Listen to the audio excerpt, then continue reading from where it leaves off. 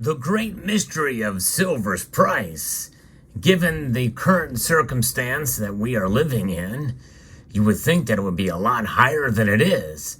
In this video, I'm going to explain to you exactly why silver's price is not as high as many of us think it should be. And I'll talk about that and so much more as we explore.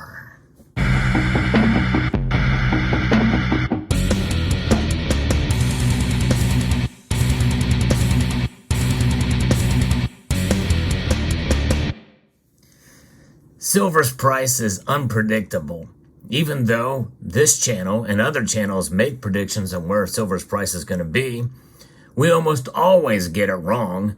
I've been wrong a lot more often than I've been right in terms of predicting silver's price in any given period within the year.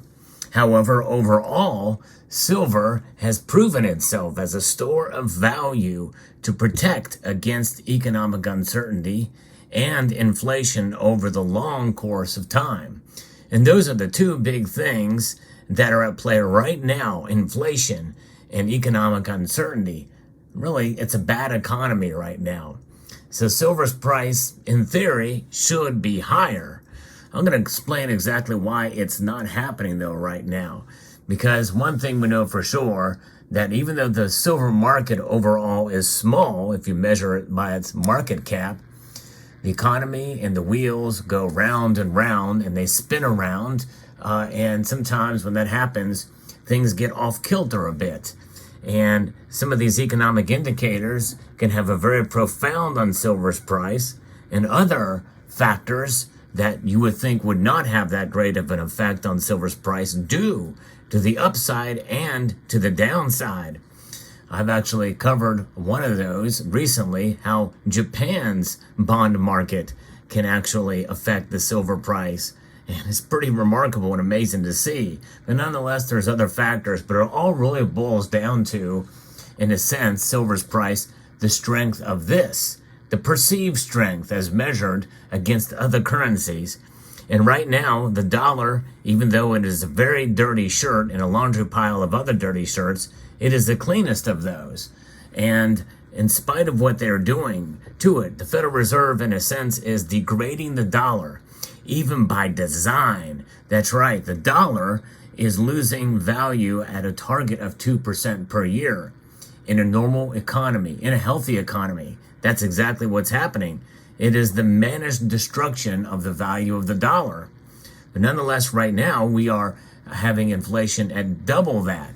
And there's been times when it was quadruple that in recent months. And that is something that, even though it would seem like we should see silver's price go up, the Fed's action, the way they manipulate the economy, and they do that, they admit to it, they want to manipulate the economy and the dollar.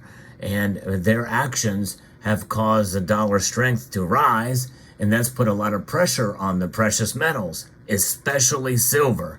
Silver is always hurt worse than gold in times like this. And by the way, on the opposite end of the spectrum, we've seen evidence of silver benefiting greater than gold during bull markets. However, there's a lot at play. There's a lot of nuance in the precious metals space in general, and with silver in particular. Why is that? Well, because it serves a dual purpose. In fact, the shifting and the percentage of that purpose was about 50%, industrial use, and then you have jewelry and the like, and only about between 25 and 30% of the silver market dedicated to coins, rounds, and bars, such as you see here in this display.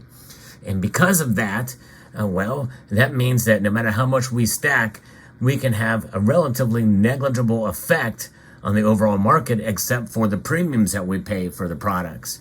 So when you take that into account, there's been a lot more interest in silver lately, and that's a good thing, but we're paying for it with higher premiums because we are buying up a lot of the stockpiles of the finished silver product, like what you see here. And there's no real shortage of the actual metal, although there's been deficits that we've been seeing forecast in this industrial sector for this year, the year that I'm recording this video. But that does not necessarily mean that silver's price is going to go up. No. In fact, it could actually go the other way, and that's exactly what's happening. We've seen silver fall in recent days and months, and we've seen it fall in spite of all of the factors that I talk about, especially inflation and a bad economy. And this is because a lot of the silver market, a great deal of it, as far as the investment side, and I use that term because it coincides with stocks and the like, with electronically traded products, ETPs. And that is where the derivatives are. There's a lot more of those. It's exposure to silver's price, not the actual physical metal itself.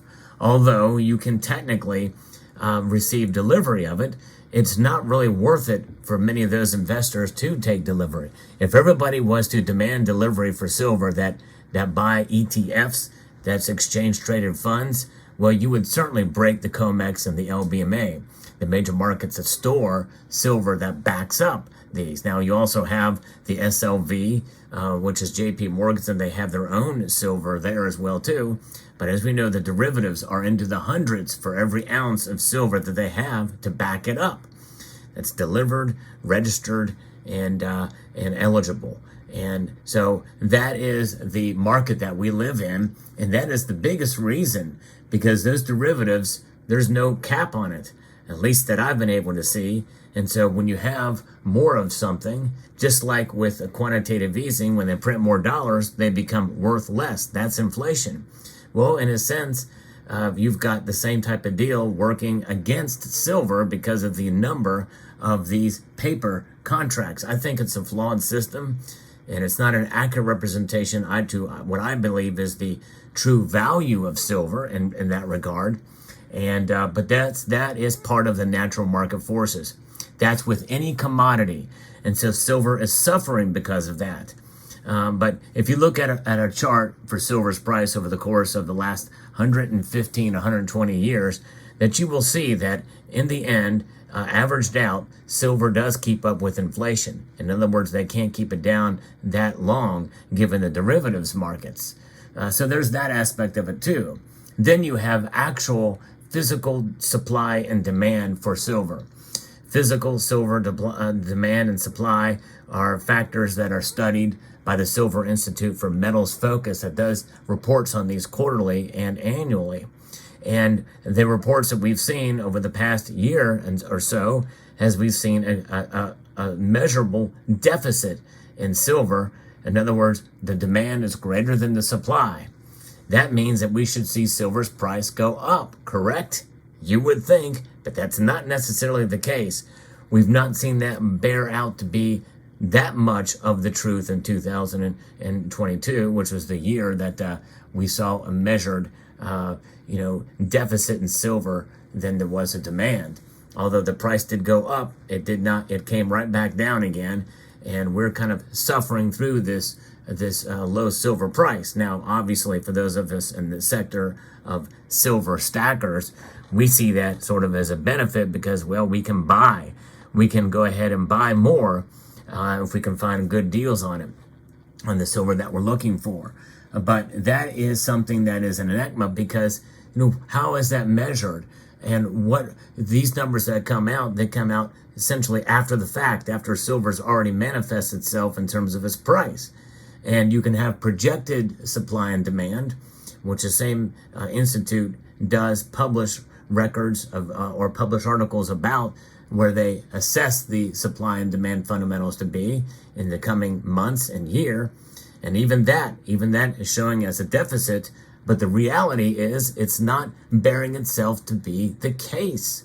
In other words, you have other factors that come into play. For instance, right now, as I record this video, China is struggling to reopen after their very draconian lockdowns that they had for a number of years. It's been a tough road to go. Here in the United States and for most countries in the West, opening back up has been very difficult. And now with China, it's much harder. So therefore, the less that's going to be stifled demand for silver to be able to meet the requirements that are needed for the demand side. there's no silver production, or there's no items being produced, there's going to be less demand for that silver, or it's going to get clogged. There's going to be a clogging of the supply chain as things get opened back up again and employees get back to work. So there's that side of it as well too. Not only that, but probably the biggest factor as to why silver prices have not gone up is the fear of a recession coming. Even just the fear of it. And there's been a lot of talk about that lately. And it may not come as some people feel, or as it may be manifested to be. It may not be as bad as some people think it will be. But the very fact that it's being talked about means that businesses and companies are preparing and are pulling back, which means they're not investing in production for items that require silver. And so that being said, that is something that is weighing against silver's price. Now we know there's other items like photovoltaics and some electronics products that almost seem to be inflation proof, but there's enough silver to fill those holes for those gaps in the production, but not for some of the other things that are coming down the pike that they think that they should have more silver to be utilized for, especially if the economy is seeing in a downtrend movement. So we'll see how it plays out. We have to be patient. Usually what happens is silver's price starts to really come about and spring aboard at the tail end of a recession, and maybe even at the tail end of an inflationary period, because that means the Federal Reserve and central banks around the world will utilize more loosening policies or pause during that time, or a pivot. And then we'll start to see silver start to climb. So the overall moral of this story here is to be patient. Will silver's time come? I don't know. I think silver is the metal that transcends time and space. And so if you understand it from that point of view and understand the value of the metal over the long course of time, you're going to be okay stacking silver. In other words, keep your expectations real, keep it real in general, and you'll be all right as you stack your silver. And how do you rest easy at night when you have a 10-ounce bar that you paid too much for? Let's say you bought it at $28 an ounce, and silver's price is down to $21 an ounce. How do you sleep at night? By holding on to that bar. You hold on to it through the tough times, as well as even the good times, because it's about having it as an insurance policy. And insurance premiums are lower when you don't have to use that insurance, and they tend to be higher if you have to use that insurance, and your premiums tend to go up. So I hope you found this video informative, insightful, and educational. And I'd like to extend a multitude of gratitude to each and every one of you for taking the time to watch, and to encourage you to please rate, share, comment, and subscribe.